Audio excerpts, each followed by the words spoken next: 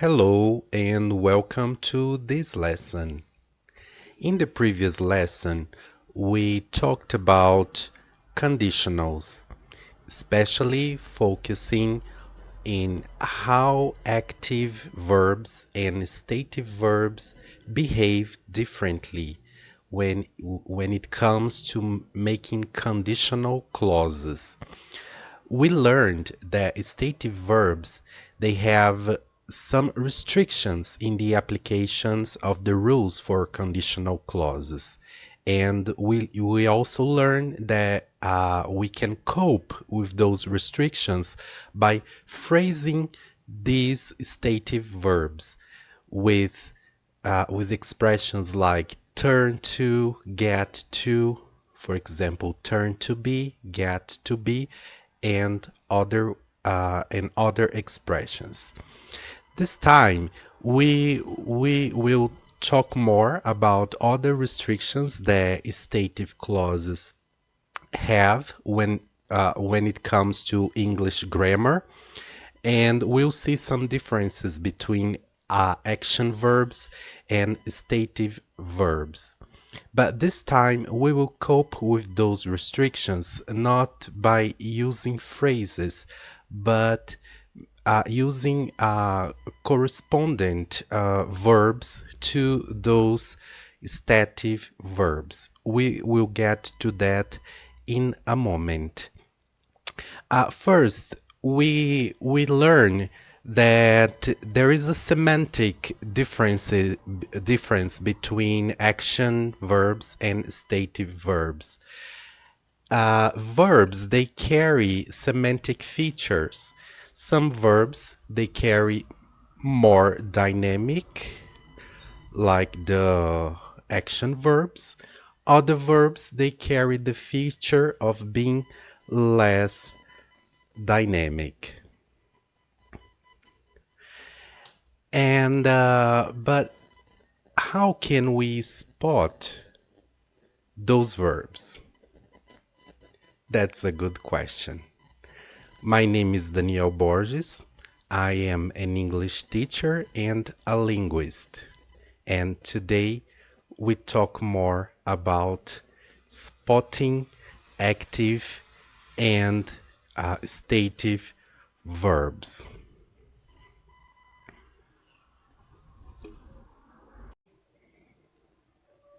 So, follow me on this.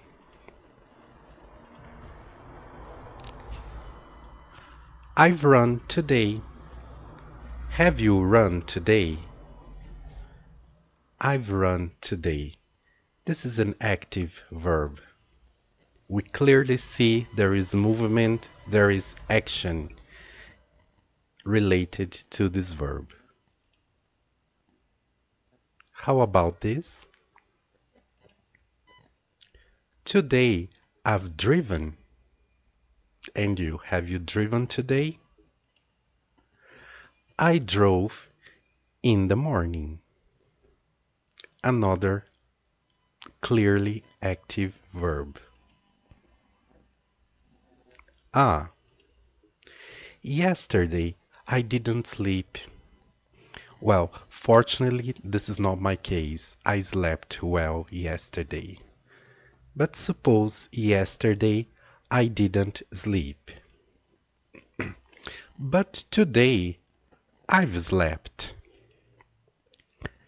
I slept in the morning. Wow, to sit. Yes. Um, Surprisingly, some verbs in English are active. One example is to sit. I can say, I didn't sit yesterday, but today I've sat. I sat in the morning. Other verbs like to sit, to stand, even to eat, they behave like active verb. But what is that behavior? Well, we can talk about present result using the present perfect tense. I've worked already today. I've read today, or I've slept today. So we use it to represent present result. And we use the same verb to to to mention the action that led to that result.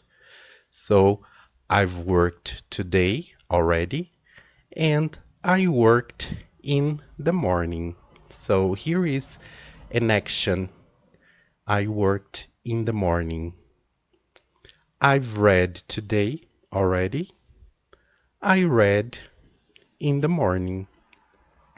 Also, I slept. I've slept today. I slept in the morning. So, this is one way that English language instructs you in order to spot an action verb. But how can we know? Well, we really need to be in contact. We need to be exposed to the language so that we can come across sentences or clauses like these ones. All right? Other verbs, on the other hand, they don't use the same format. For example, verb to be. To talk about a present result, you can say, for example, I am lucky today. I wasn't lucky yesterday, but I am lucky today because I got lucky in the morning when I found this, a four-leaf clover, for example.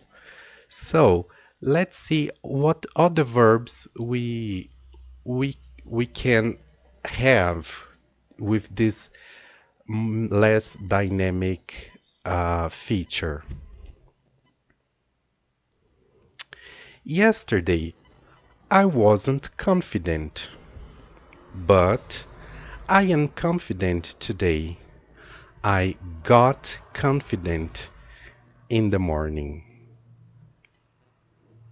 So you see, I'm using the verb to be, am, to talk about the result today, but I changed to the verb got in order to express that that moment that I got confident. Another example of verb to be, I got home in the morning. Yes, I wasn't home yesterday, but today I am home because in the morning I got home, right? The Spider-Man. Yesterday I wasn't the Spider-Man, but today I am the Spider-Man. And attention, here we don't use got. We'll use became. I became the Spider-Man in the morning.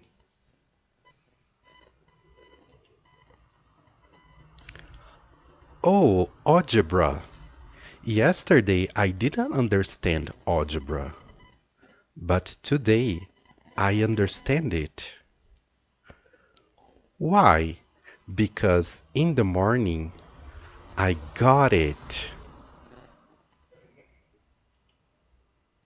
So let's practice some more differences between this use of action and stative verbs in English. You can say, for example, I am driving now. I've driven for hours. I've already driven today. So those sentences are beautifully applied with action verbs. One using the present continuous, I'm driving now. The other, uh, the other two using present perfect. And if I drive to work tomorrow, I'll give you a ride if I drive to work tomorrow. So this is one example of a conditional sentence that we can use beautifully use an action verb. I'm sitting on the sofa now. Present continuous. I've sat there for hours. Present perfect. I've already sat there today. The result. And I will sit on, if I sit on the desk tomorrow, I will work harder tomorrow, for example. So we see from those sentences that the verb sit is an action verb because they can be used beautifully with all those sentence structures. Let's see another one. How can we cope with this? I am working. I am knowing him now. Here the verb is the verb to know. To know someone. You see, in English we don't use it in the present continuous. But I can use it to say I've known him for years. All right? I've already known him, but we cannot say to talk about a result in the present. I've already known him today. And we can't even use it to express conditional. If I know Alfred tomorrow, I'll tell you how he looks like, for example. So, how how do we cope with such a verb as to know? Yes, we can use getting to know. We are phrasing the verb. I'm getting to know him now. I've already met him. Now here we use a corresponding different verb to talk about a present result. I've already met him. And if I get to know Alfred tomorrow, and if I finally meet Alfred tomorrow, I'll tell him all your secrets. So here we have those two ways. Get to know by phrasing it or changing the verb to a corresponding one, meet. If I finally meet Alfred tomorrow, I'll tell you or I'll tell him all your secrets. So come back with me and let's solve those sentences here. Remember, we will use the substitution word for a corresponding verb. Okay, and here are the options I put on the board for you to pick. Got, became, acquired, or purchased, caught, learned, met, and found out. All of them in the past because we are going to use them to talk about the take, the action in the morning. All right? So let's complete this one. Yesterday, I wasn't a student, but today Today I am a student. Why? Because in the morning I, what verb we'll use here? Yes, you're right. We'll use became. I became a student. Differently from the previous one, when we used got, we use got with adjectives, and we use became with a noun, I student. Let's see the next one. I didn't have a cell phone yesterday, but today I have one. Why? Because in the morning, what did I do in the morning?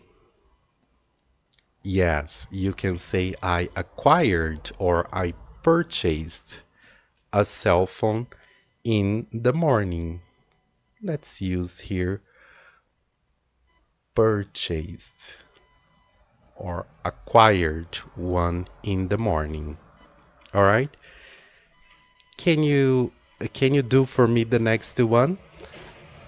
Yesterday I didn't have a cold, but today I have a cold. Why? Because in the morning, what happened in the morning? You're right. I caught a cold. I caught a cold in the morning.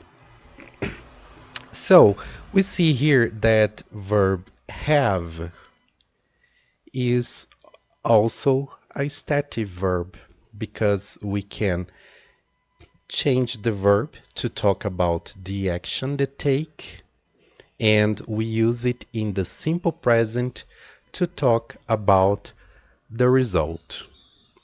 Now let's use a different verb, the verb to know that we mentioned before. I didn't know the alphabet yesterday, but today I know it. Today I know it. How come today I know it? Because in the morning, what happened with me? In the morning, I learned the alphabet. I learned the alphabet in the morning. I learned it. See how we can use different takes for the same verb? So, for instance, I didn't know the password to your computer. But today, I know it. I know what? I know the password. How come? Because ah, in the morning, I learned it. Yeah, you could say I learned it, but it's better to say I found out the password. I found out the password. So again, a different verb to the same stative or stative verb in English, and they produce different meanings. The last one, I didn't know you yesterday, but today I know you. Why? Because in the morning I met you. In the morning I finally met you. So Just as a review, in order to spot action verbs and stative verbs, we need to be in touch with the language. We need to know language sentences, and we can only get to that when we have exposure. And I'm an advocate or maximum language exposure, just like a notorious polyglot, Stephen Kaufman. So I leave you with a quote by Stephen Hoffman when he says in an interview with another notorious polyglot, Luca Lampariello, Stephen Kaufman says, "The only way this is achieved is through massive interaction with the language, massive listening and reading, and speaking with people, and there is no shortcut." So I hope you benefit from this lesson. Don't forget to check on the previous lesson about conditionals. And as usual, keep practicing. See you the next time.